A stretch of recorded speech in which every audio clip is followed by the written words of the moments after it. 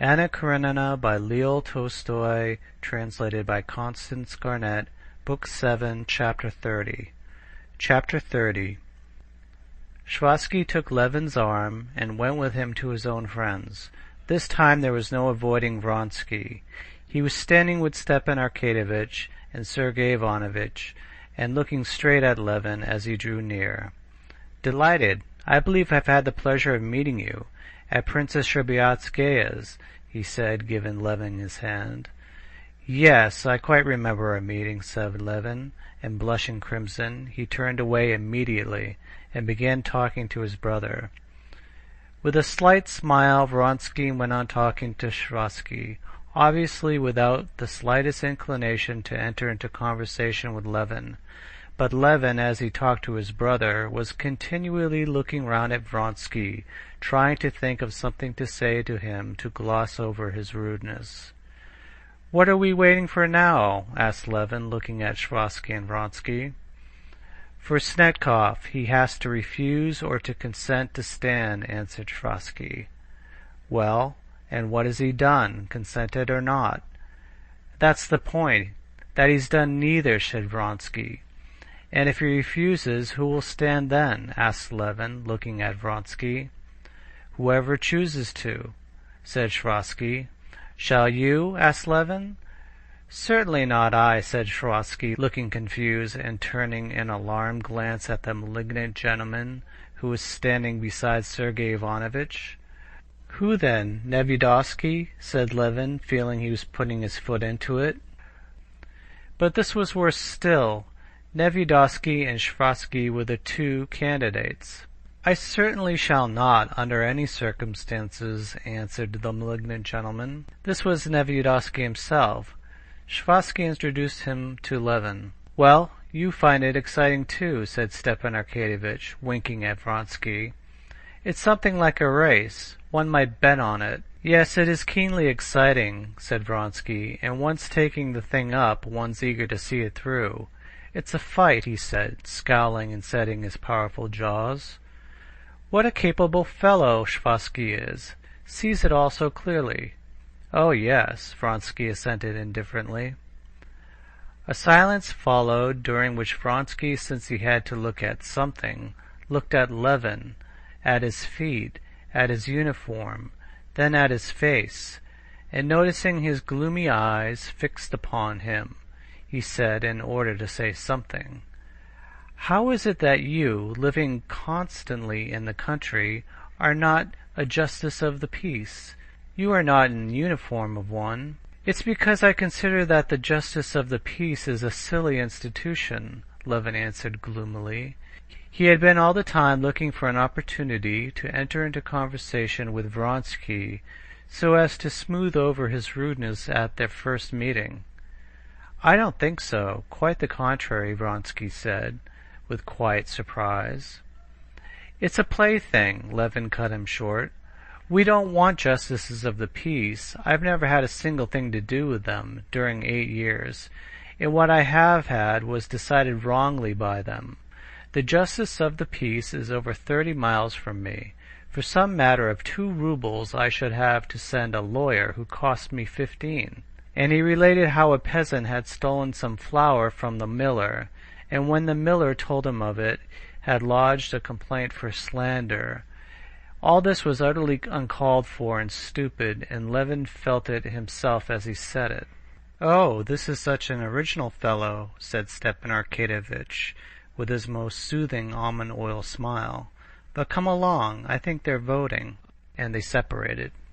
"I can't understand," said Sergey Ivanovitch, who had observed his brother's clumsiness. "I can't understand how anyone can be so absolutely devoid of political tact.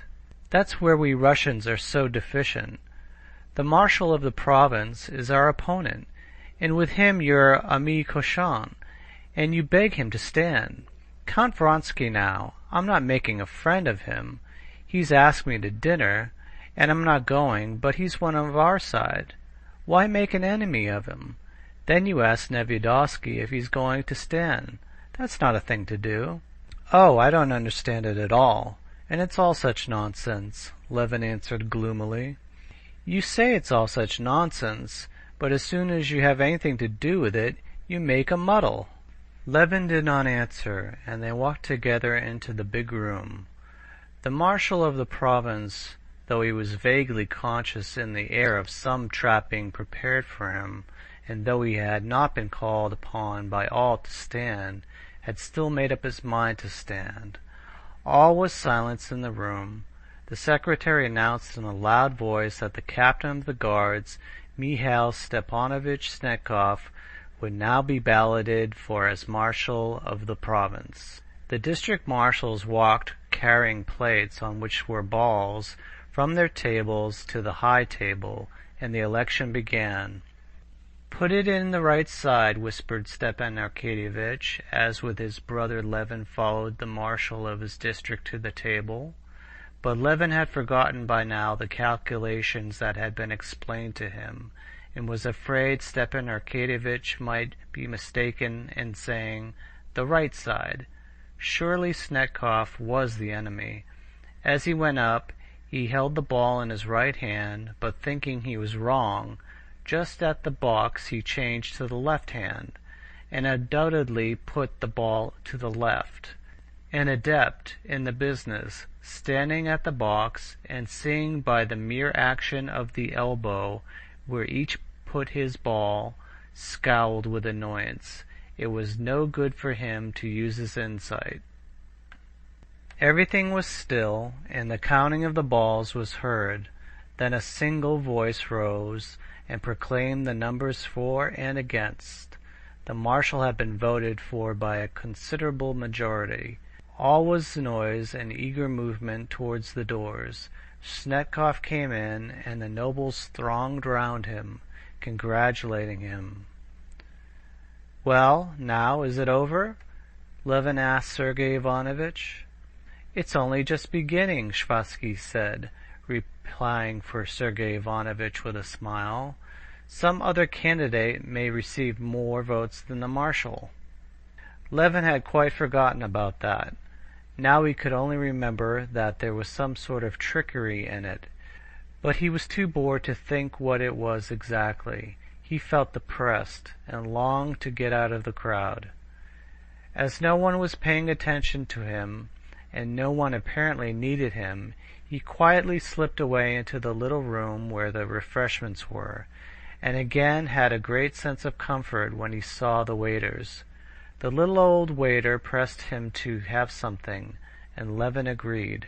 After eating a cutlet with beans and talking to the waiters of their former masters, Levin, not wishing to go back to the hall, where it was all so distasteful to him, proceeded to walk through the galleries.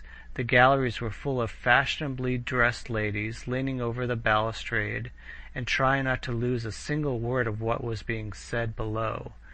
With the ladies were sitting and standing smart lawyers, high school teachers in spectacles, and officers. Everywhere they were talking of the election, and of how worried the marshal was, and how splendid the discussions had been. In one group Levin heard his brother's praises. One lady was telling a lawyer, "How glad I am I heard Koznishev. It's worth losing one's dinner. He's exquisite. So clear and distinct, all of it. There's not one of you in the law courts that speaks like that. The only one is Meidel, and he's not so eloquent by a long way." Finding a free place, Levin leaned over the balustrade and began looking and listening. All the noblemen were sitting railed off behind barriers, according to their districts. In the middle of the room stood a man in uniform, who shouted in a loud, high voice, "As a candidate for marshalship of the nobility of the province, we call upon Staff Captain Evgeny Ivanovich Aputin." A dead silence followed, and then a weak old voice was heard, "Declined." "We call upon Privy Council Pyotr Petrovich Bol," the voice began again. "Declined," a high, boyish voice replied. Again it began, and again, "Declined." And so it went on for about an hour. Levin, with his elbows on the balustrade, looked and listened. At first he wondered and wanted to know what it meant. Then, feeling sure that he could not make it out, began to be bored. Then, recalling all the excitement and vindictiveness he had seen on all the faces, he felt sad. He made up his mind to go, and went downstairs. As he passed through the entry to the galleries, he met a dejected high school boy walking up and down with tired-looking eyes. On the stairs he met a couple, a lady running quickly on her high heels, and the jaunty deputy prosecutor. "I told you you weren't late," the deputy prosecutor was saying at the moment when Levin moved aside to let the lady pass. Levin was on the stairs to the way out, and was just feeling in his waistcoat pocket for the number of his overcoat, when the secretary overtook him. "This way, please, Konstantin Dmitrievitch. They are voting." The candidate who was being voted on was Nevyedovsky, who had so stoutly denied all idea of standing. Levin went up to the door of the room. It was locked. The secretary knocked, the door opened, and Levin was met by two red-faced gentlemen who darted out. "I can't stand it any more," said one red-faced gentleman. After them the face of the marshal of the province was poked out. His face was dreadful-looking, from exhaustion and dismay. "I told you not to let anyone out," he cried to the doorkeeper. "I let someone in, Your Excellency."